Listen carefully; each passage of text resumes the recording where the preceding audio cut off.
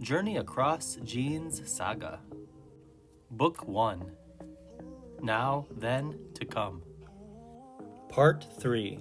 To Come. Chapter 4. The Way.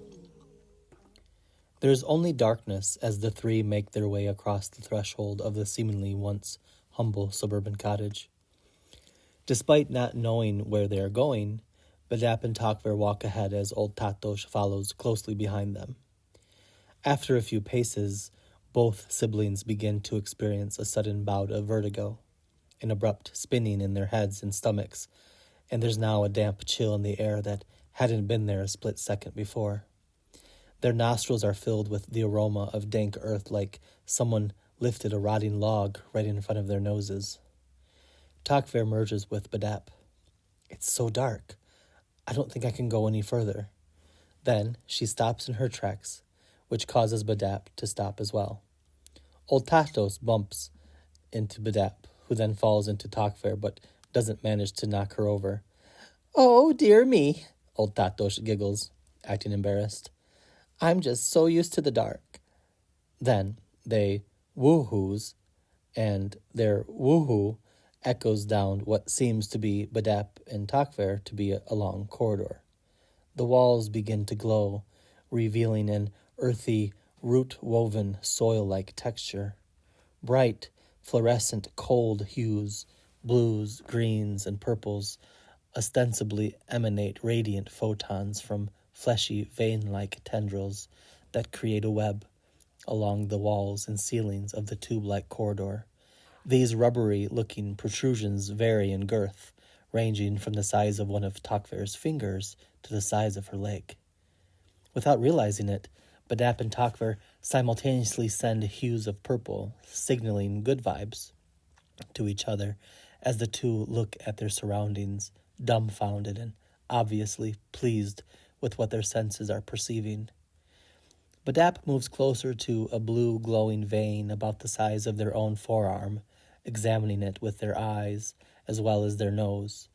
It has a leathery surface and its odor is intense, earthy and sweet, while at the same time musky. As they take a deep whiff of its aroma, getting their nose maybe a bit too close, the tendril wiggles and thrashes from side to side as if it is being tickled.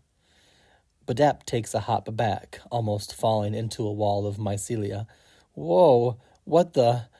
These are mushroom roots. Huge mushroom roots. After Bedap speaks the words aloud, a wave of pure white light, all the colors of the rainbow beaming all at once, ripples through the subterranean tunnel like the wake of a pebble as it hits the surface of a puddle. Oh, don't mind them. They're not used to human visitors. Old Tatos gently pushes past the siblings, swishing their hips flamboyantly from side to side. Stopping in their tracks, they turn around to face them and rests their hand on the earthen wall, causing chunks of dirt to fall along the wall to the ground. Okay, let's get right down to it. The siblings look at each other and then at old Tatos, then back at each other. Old Tatos stretches out their arms, hands in front of their siblings' faces, and claps 3 times. Pay attention, you two. There's lots to be done, and you'll have 1.5 million questions, and we'll have like double the answers, and it'll just take forever. So let's just skip to the facts. Old Tatos takes a deep breath. But first, would you be so kind as to not freak out when we change out of these skins? They sigh dramatically, tilting their head backward. Being humanoid can be so exhausting, and we're tired. We need to relax a bit. So please just do us the favor and just pretend like it's just another normal, everyday, casual, inconspicuous thing. We're just going to change form, and that is that. And you can have questions, but we're just going to do it. And before the two can protest, old Tatos' body starts to contort, their shoulders jutting upward and their head cocking awkwardly to the side. As their hips jut out forward, their alabaster skin peels, almost melts away, revealing coarse blonde and light brown hairs. 8 furry legs sprout out of a bulbous body attached to a head with an overgrown mustache. that hangs down almost like fangs, but bigger like tusks. And after a closer look, the siblings realize that the back half of the spider's body is covered in tiny replicas of the bigger spider. There must be over 200 of them, huddling close and holding on to the giant for dear life, like a nest of recently hatched spiderlings, sans eggs, clinging to their egg blood for protection and transportation. The wolf spiders shake off the excess skins, all 8 times 200 or more of their eyes staring as they adjust their bodies so as to be looking in the same direction, all of them at once. As this is happening, the ground around the spiders is absorbing the fallen pieces of skin that were once old Tatos. There. They let out a collective sigh, shaking their body like a wet dog. That's much better. Their many voices echoing in unison like talking through an auto-tuner. Takver takes a step forward and puffs out her chest in a moment of unexpected heroics. Hey, what did you do with old Tatos? Bring her back. She is the key. Our key. Silly child, the spiders laugh and sink, sending ripples of echoes far off into the distance. We don't use the she pronoun. We are many, multiple, never one. So if you're going to talk about us, refer to us as they are, will you? Can you do us that favor? I know your people aren't used to asking about pronouns. Instead, you just assume pronouns based on your ideas of a binary gender and what that looks like to you people. So archaic. But ask little Bedap over here. They'll tell you how it works, won't you, little one?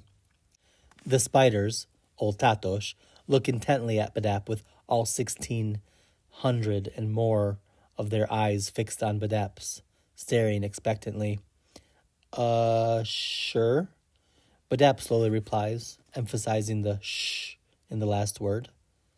They are old Tatos. They use they plural pronouns. Their eyes and bodies are many, just like they are. This tunnel is theirs. The pronoun drills from all those years ago in training rush back to them as if they had been practicing their etiquette lessons just yesternight. Almost, my dear child, the spiders correct Bedap. This isn't our tunnel. It belongs to no one and everyone at the same time. We just use it. They pause. Now, let's get down to business, as they used to say back when capitalism was a well-oiled machine. The largest spider abruptly turns around and continues walking in the opposite direction, facing away from Takver and Bedap, moving further down the fungus-laden shaft. The other miniature carbon copies shifting to maintain their gaze with Bedap and Takver, who aren't far behind them. Try to keep up, they all cry in unison. So, here's the gist of it. You two are in so much danger, and to make it even worse, you don't even realize it. Bedap slows their pace. Hey, you gotta slow down or we need to stop for a break or something. They grab at their side as the lactic acid builds up in a muscle, causing a cramping sensation. It seems like they've been walking at a fast pace or jogging for an hour straight now. Then Takver, who has been trying to figure something out ever since the spiders took shape, mind yells out in a fatigued, cloudy thought. Why do you make the bigger spiders so huge? Isn't it harder to hide when you're so big? To the tiny spiders, the large spider is a giant. But for Takver and Bedap, the highest point of the big spider comes up to the tip of their heads when they are standing up their tallest, not slouching. That's why Takver uses the word huge. Compared to the size of an everyday wolf spider, which isn't much taller than the tip of a human thumb, this spider is not a giant, but rather a colossal mammoth. It must be 1,000 times the size of any spider that the two siblings are used to seeing around the forest. The spiders let out a synchronous guffawing laughter. Silly child! You two are the ones who are abnormally small. They pause. Oh, Sorry, we forgot to mention that bit of information. You've shrunk to the size of a small garden beetle. No one will be able to find you while you're this small. Well, at least the ones that are looking for you won't. The spiders slow down suddenly and come to a complete halt.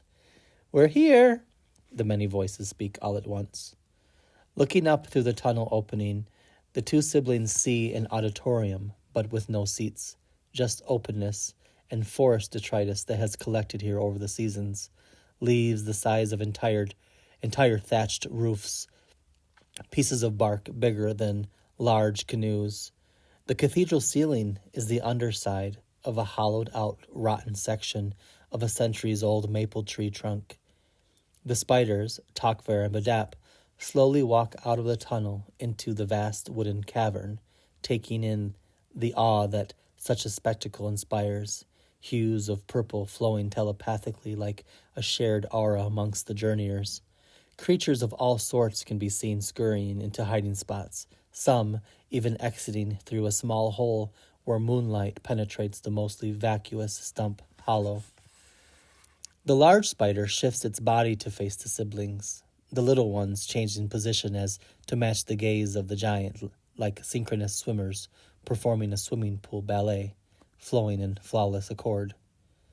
If there's no protest from you lot, we're going to go on a bit of a meditative journey. Like we said before, there's so much that you need to know, and only so much time.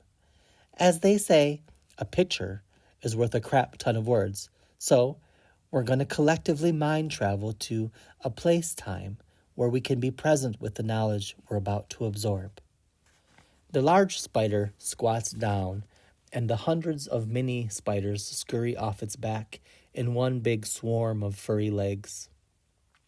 They almost buzz as they zoom around the debris-filled cavern, collecting small twigs and other duff that fits into their claws that protrude from the coda of their tarsuses or their limbs, covered in pedipalps, the hairs that make their appendages look like they have fur. They collect pieces of woody material that fit in their claws, making them look like eight-legged furry percussionists. The tiny arachnids make their way back to where Takver, Bedap, and the giant arachnid are standing, watching as the scene unfolds. Staggered in rows of 5 or 6, they quickly and scrupulously form a circle around the 3 giants, wooden slivers and claw. And as effortlessly as is customary of them, each of the hundreds of wee spiders claps their sticks together. Instantly, Bedap and Takver are feeling relaxed. The beat is constant but not too fast at first. Then the rhythm of the hundreds of tiny clicks speeds up and then slows back down again, like a small orchestra whose instruments are nothing more than miniature toothpicks. Thank you both for being with us on this full moon. The voices that are actually thoughts are emanating from the body of the giant spider, no longer sounding like they've been through a voice manipulator. Instead, Bedap mind hears their own voice as they perceives the spider's thoughts that are being sent to them through sharing, merging, or one of the tens of other names for the communicative practice. Takver, on the other hand, who has never had a voice, being nonverbal and all, mind hears the voice of her mother. She's always liked how her mother sounded, her voice melodic and breathy. We're going to go on a collective journey, so you'll need to be comfortable. Find a position that calls to you. You can stay standing or sit cross-legged. Lie down if that feels good. A brief pause creates a lull in the telepathic instructions. Only the clicks and taps of the stick orchestra can be heard, but even that feels a bit distant to Takver and Bedap, who are drifting presently into a dreamlike state. Then, after a moment, the inner voice starts up again. Once we're in our most comfortable position, feel the ground with whatever part or parts of the body comes or come in contact with it. Now, sense the leathery mycelia filaments as they make their way through the soil to connect with your body, communicating psychochemically with all the other roots that make up the interconnected mycorrhizal web within the subterranean layers of Earth, Picture this happening with your mind's eye. Suddenly, Takver and Bedap are acutely aware of each other's presence, but they are no longer together underneath the cavernous cathedral of the rotted stump. Instead, they're on the back of a hooded crow, hanging on for dear life as the bird flaps its wings and takes off into the nop-lit sky. Their bodies shiver, eyes squishing closed, as if the two siblings have to make an effort not to open them. Somehow, the sky above has fast-forwarded through the nighttime hours and rushed into daylight, the clouds unfolding into view as the sunrise casts its rays onto the horizon in double time, like watching a time-lapse image speed through hours as if they were only just fractions of a minute. All the while this is happening, the three travelers are resting in different seated positions back under the decaying tree trunk, the tiny marching band percussing a hypnotic rhythm that seems to never cease. Meanwhile, inside the collective trance, the bird looks back just enough to make eye contact, with its right side eye staring at the passengers while soaring over the tops of the trees that dot the overgrown cityscape below. "Take a look down at the bridge," the crow squawks through the rustling wind that blows through aerodynamic feathers. "You see, they were expecting you." From behind, it looks like two colorful moths are resting on the back of a hooded crow, their clenched grasp on the granite and obsidian plumage leaves their knuckles white as they both peer down, their heads dangling over either side of the majestic winged air beast. From the bird's eye view, they watch as a handful of cloaked figures strategically place some sort of hockey puck-sized adhesive devices around the mouth of the opening to the old underground market that Takver grew up in. It looks as though it has been untouched, like it has always looked, except that it isn't possible because Takver and Bedap were both just there only hours before and felt the explosion and saw the implosion and the debris that it left in the air like a dust cloud. "This has already happened," the bird squawks back, reading the siblings' interconnected mind. "We told you you were in danger. They have orders to keep hunting you down until you're captured. The explosion that will take place later from this perspective, but that already happened in your past, was meant for you too." "But why us?" Bedap yells through the raucous breeze that makes their cloaks flap as they glide above the canopy and vine-covered ruins. "Why now?" Both very good questions. Let's take a look." Just as the bird squawks this last utterance, everything around them speeds up, like fast-forwarding through the boring bits of a video. And almost instantly, they're flying over the jagged peaks of a series of once snow-capped serrated mountains, like a rough-toothed saw made of dolomite and other carbonate minerals that had first formed over 250 million years before during the Triassic period, when they were once the shallow beds of a warm tropical sea. "Look down to your left," the bird cries, straining to be heard over the deafening sound of wind passing over their ears, muffling even the loudest of voices. Then it swoops down closer to the jagged, rocky points of the thousands of layers upon layers of petrified marine debris, a masterpiece that only took its artists a little over 2,000 millennia to terraform.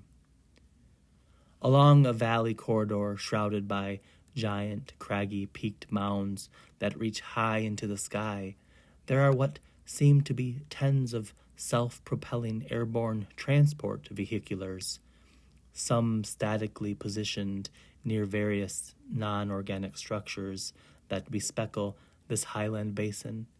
Other smaller aircrafts seem to commute to and fro from the various structures higher up, built into the facade of the mountain bluffs wherever there's a pronounced cliff. "What's this place?"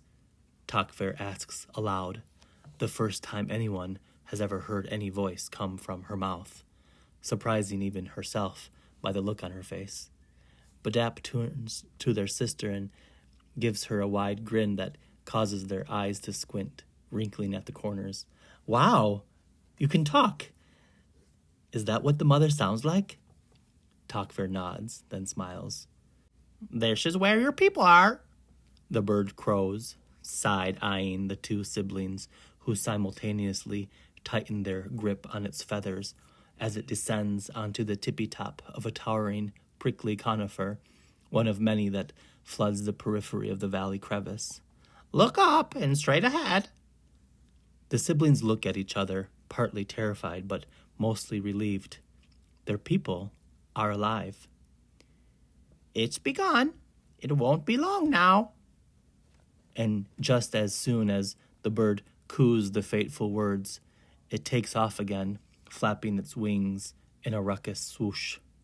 "Wait, what's just begun?" Takver shouts. Suddenly, they are flying over a vine-covered area sparsely dotted with trees and full of stone monuments in various shapes and sizes that only somewhat pop out from under their green veils of creeping foliage. "This is where the old people buried their loved ones who'd passed." Takver remembers the mother explaining to them as children. Exploring ancient cemeteries was a favorite pastime of the mother and her close friends. During days of rest, she and her friends would gather the children and have a picnic in different cemeteries. It was a fun way to practice the alphabet and reading, as well as numbers. Because of the vine carpet that enveloped the granite tombs, much of the carvings have been preserved.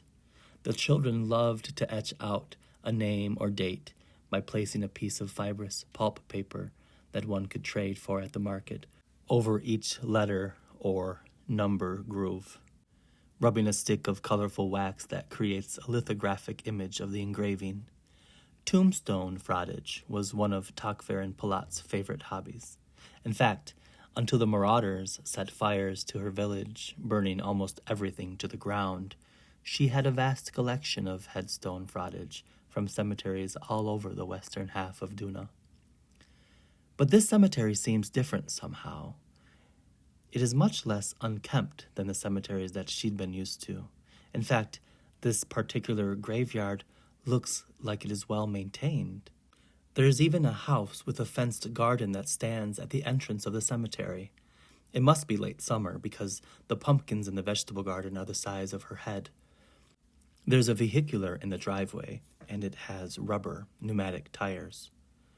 Off in the distance, wandering around an area that has been overgrown and out of use since shortly after the end of a global war, the victors of which claimed to be against fascism, there's a middle-aged person carrying a bright yellow case of sorts. They has what can only be described as a crest hairdo, sides shaved close to the pale pink skin.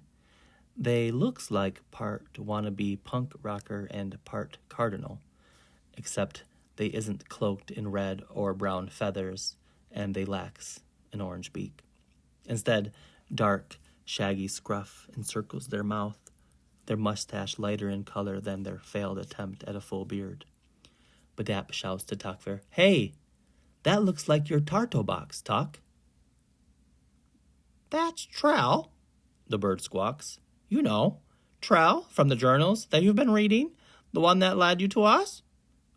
The bird looks back again. "Hold on, there's one more place we've got to go." Chaotic landscapes blur past the travelers as their journey takes them through a kaleidoscope change of scenes. This time, they are flying above what seems to be a small hamlet nestled in the middle of a vast patchwork of a once rich agricultural center known for its flamboyant embroidery and short-lived wealth. The larger region's name could be translated to "among the mud," likely from the namesake of a Duna tributary. From above, it looks like a ghost town. There's not a single person in the tens of streets that form block after block of houses outlining the cemetery at the heart of the village. The vast majority of the houses are either boarded up or have become dilapidated. There must have been a great exodus here, too, like in other smaller villages whose populations moved to densely peopled urban areas in search of work. Unannounced, the bird opens its wings so as to catch the air and help it with its descent into the edge of the cemetery. Just as it lands, the feathers that Takver and Bedap are holding onto quickly morph into short gray hairs, and before either can comment, they find themselves mounted between the shoulder blades of an all-too-familiar tabby cat.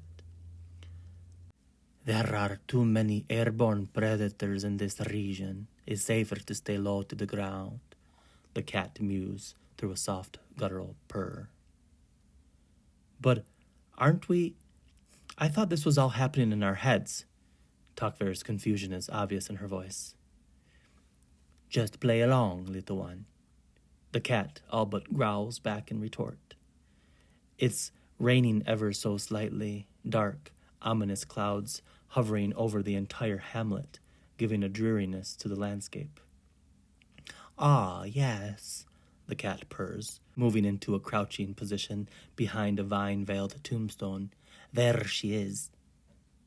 A young person wearing a celeste rain jacket with a hood covering their short, bleached hair is standing, hovering over a light stone slab-raised tombstone adorned with a phallic obelisk monument at its head, displaying the names of the deceased and the dates of their lifespans.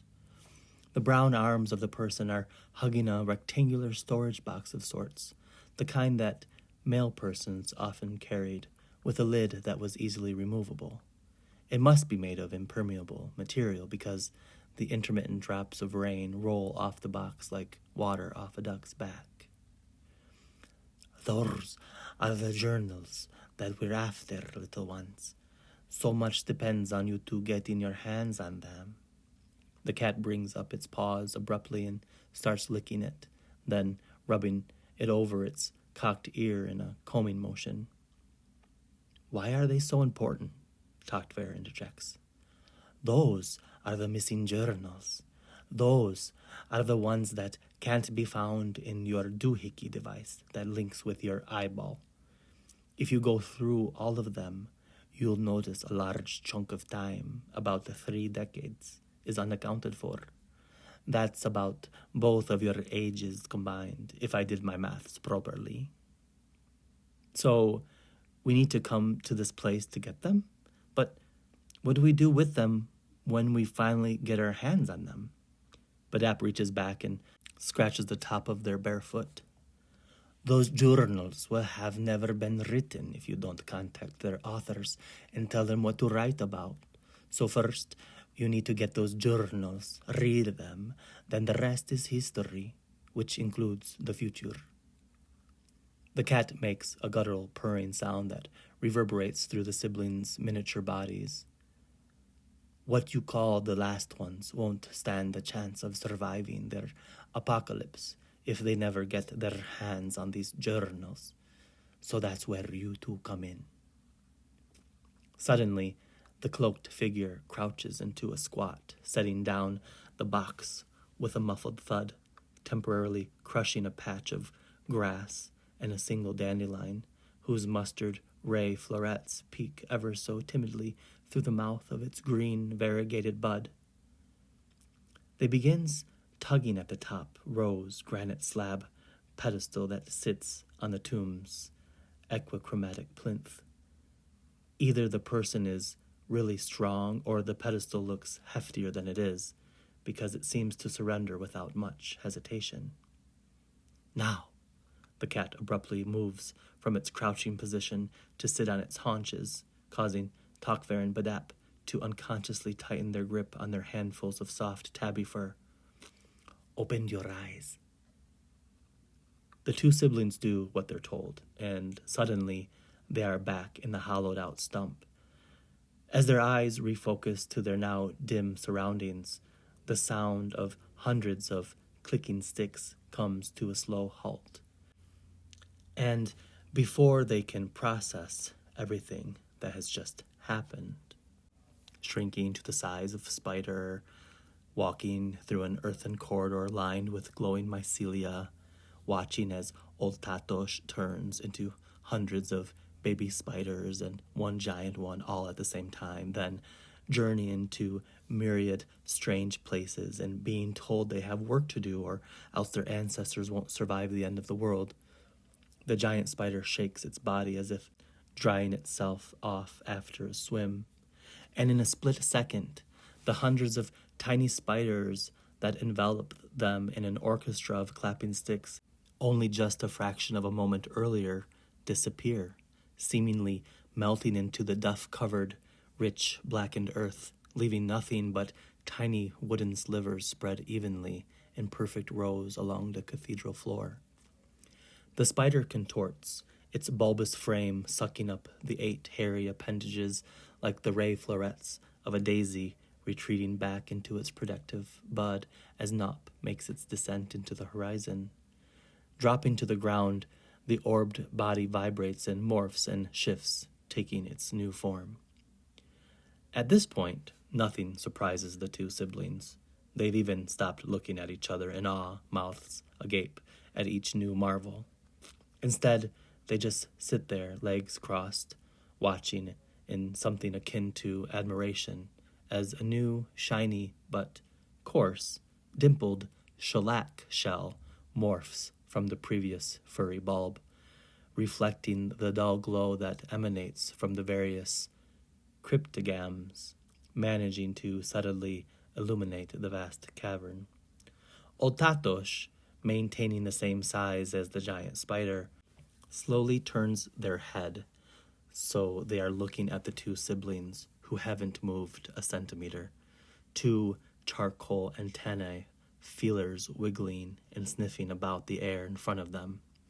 The imposing crimson shell is speckled with putish polka dots, black as night and varying in size. The ginormous ladybird bug clicks its woolly mandibles together and then takes turns lifting up and examining its 2 forelegs, then the 2 middle legs, and finally the 2 hind legs. It then divides its vermilion elytra, the 2 halves, moving forward towards its head to either side of its body, revealing 2 diaphanous wings. They laugh as they flap their veiny wings, about 85 flaps in total in that 1 second, making a loud motor buzzing sound and sending bursts of air that stir up some dust particles like tumbleweeds rolling through a prairie.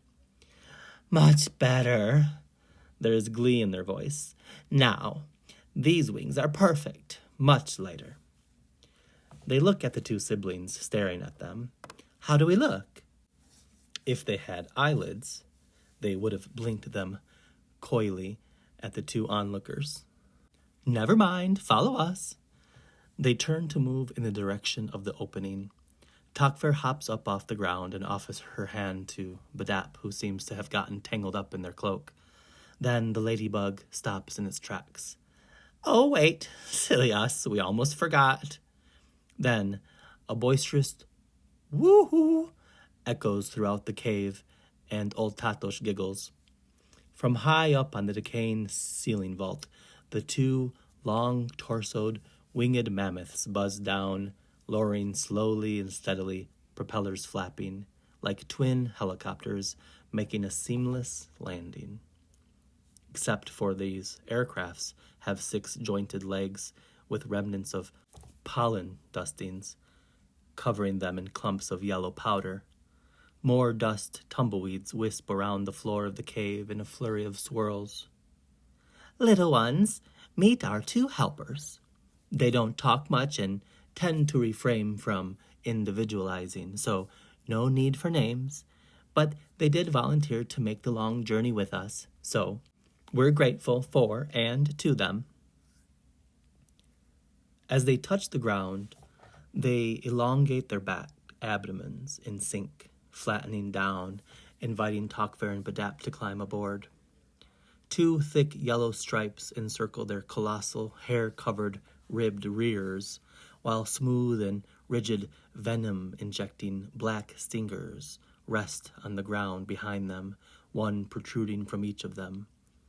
Like 2 large Pegasus would, these enormous creatures tower over the 2 siblings. They must be at least 4 or 5 times the size of old Tatos in their ladybird embodiment. Luckily, neither Takver nor Bedap is afraid of dark-winged mammoth wasps, so neither runs away. Their hearts, on the other hand, if they could, they'd have jumped out of their chests and high-tailed it out of the cavernous stump. "Let's go, children. There's no time to waste." The ladybird clicks through its soft labrum that makes up parts of its mouth. "We've got journals to fetch." Takver chimes in, merging with the ladybug, the wasps, and Bedap simultaneously. "What about our families? We just can't leave them there in those mountains." Mind speaking in a group is something that Takver was used to back in her village complex, where she had cousins, a parent, and several grandparents with whom to merge. But it had been what seemed like a century since she'd done so, and doing so sends reward chemicals racing through her endocrine system, leaving traces of euphoria and making her feel more relaxed.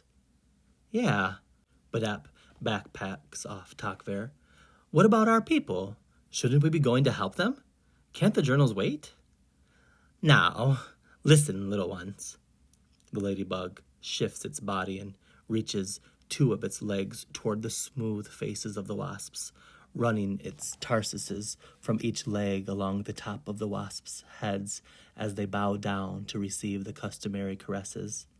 "There's nothing we can do right now about your people," emphasis on the right now, "but soon, we promise." The old Tatos ladybug turns back toward the opening while it continues with its diatribe. "Look, here's what's going to happen, has happened, and will happen, all at the same time. I know this is confusing, but just try to focus on our words." Bedap looks over at Takver, who meets their gaze at the exact same time, and both siblings hike up their cloaks. Takver is closest to her pollinating taxi, and is first to place 1 foot at a time onto the smooth stinger as she carefully makes her way up onto her winged, daggered steed. The creature is so large that she looks like a human child climbing on a giant adult elephant, except for the wasp has a dense coat of fur in ringed patches that alternate between hard, slippery, shell-like encasements along its abdomen as well as its thorax. Takver almost slips on the first rung of shell, but she finally makes her way up to the top of the wasp, just behind its head, where there's a carpet patch of long black fur. As she adjusts herself and mimics old Tatos, petting the smooth head of the massive Simfta, Takver ponders on how the shape of this particular Hymenoptera class of insect makes it more ideal than the hooded crow as an aircraft. Presently, she can easily see around its smaller head, and the setae bristles fit much better in her hands than the oily feathers of the bird did. The latter was like holding onto girthy tree branches that were covered in a fatty liquid. Bedap follows suit, but isn't as well coordinated as their sibling and manages to slip on the first patch of smooth hard shell of their steed, planting their face right into its fragrant fur. And, to their delight, its aroma is of a floral perfume with hints of sweet pollen and something else subtly musky and earthy. Old Tatos continues, "Besides, the journals are on our way, and it'll take us at least a full hold cycle to get there, being this size, and it'll take much, much longer than that to get to your people. But don't you worry your little heads. We got it all figured out. Well, it's more like we've got the general layout, and we'll have to improvise a bit as we go." The one downfall to traveling by wasp is that it's a noisy business.